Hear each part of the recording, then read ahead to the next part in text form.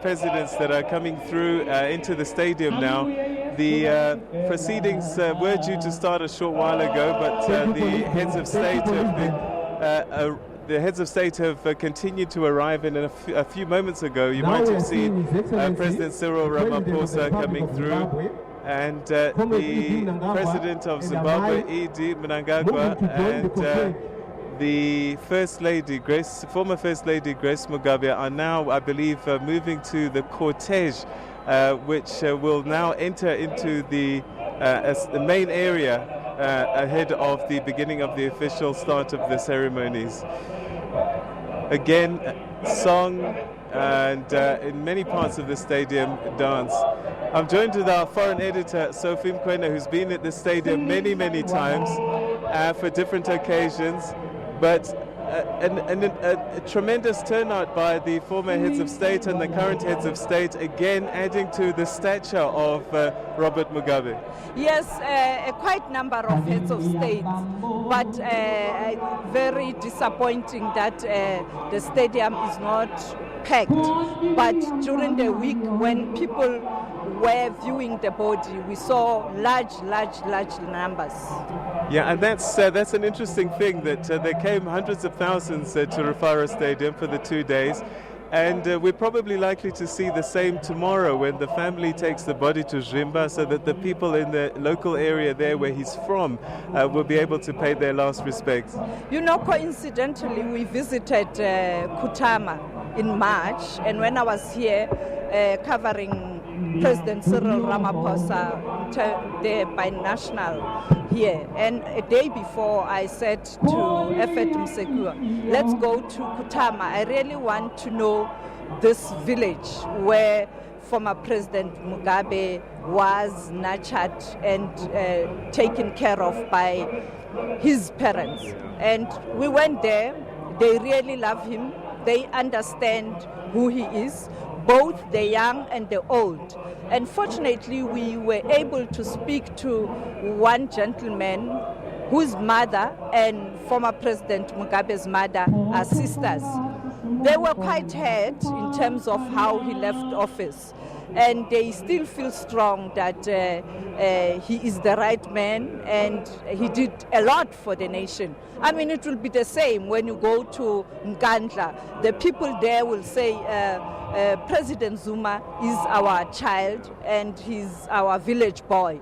It will be the same when you go to President Mbeki's village, Itutwa. People will say, "Hi, oe tuzizi."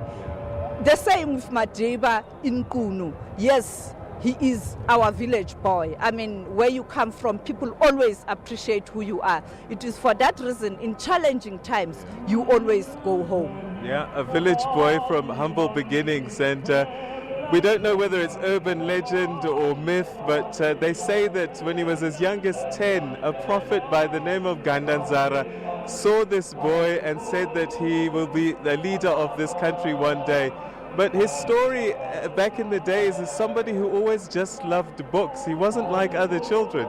Yes, I mean, this reminds me of former president, the late former President Mandela.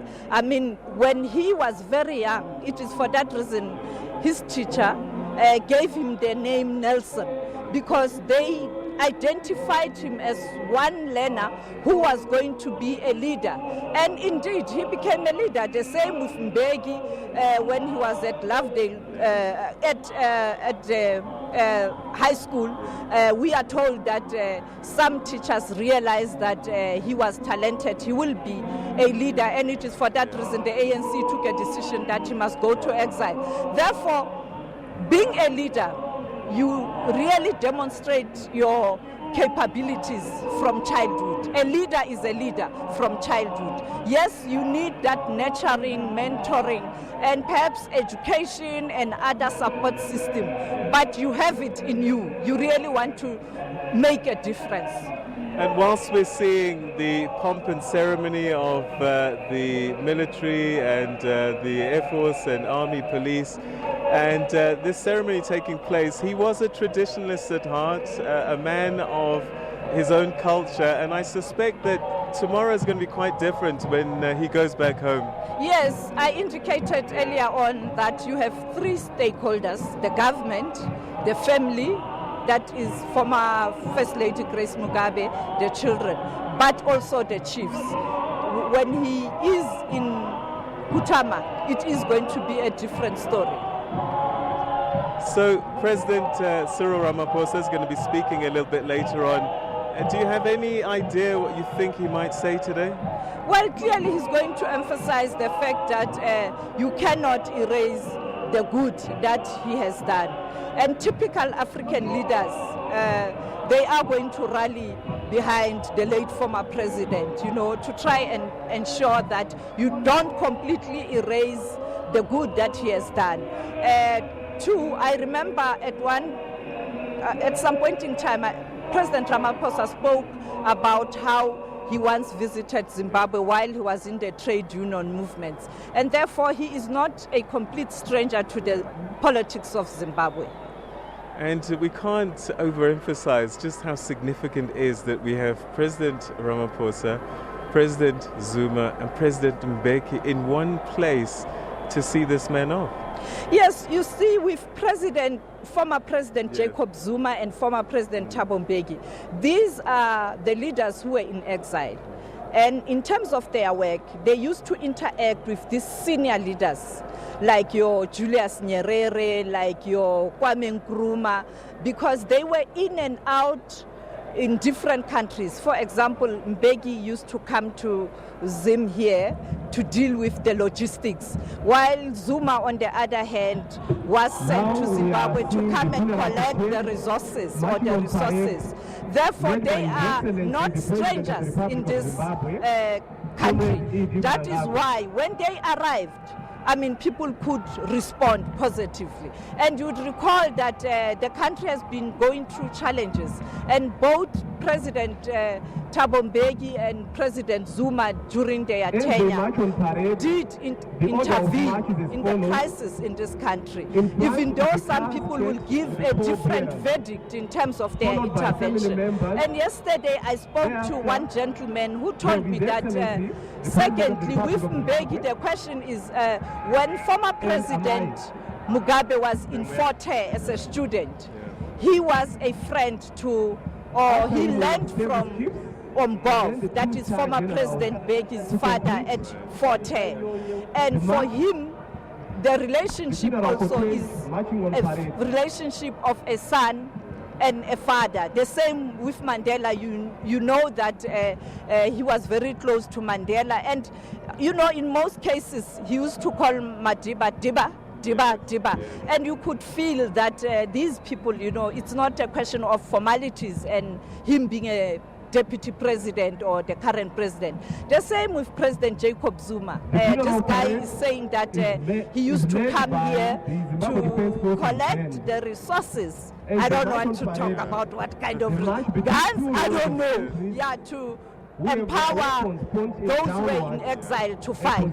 Well, what's happening right now, and I'm hoping that we've got those images, is that the cortege is actually now in motion, and it's led by the President of Zimbabwe, Emmerson Mnangagwa, and with him is the former First Lady Grace Mugabe, and that cortege will bring the body to a position where dignitaries will be able to view the body one last time. So, Sophie, it's a hot day, spring day, and I suppose, this warm atmosphere is how President Robert Mugabe will be sent to the heavens. Yes, quite hot. At times when he was in meetings and in conferences. And may we all rise as the cortege marches on parade.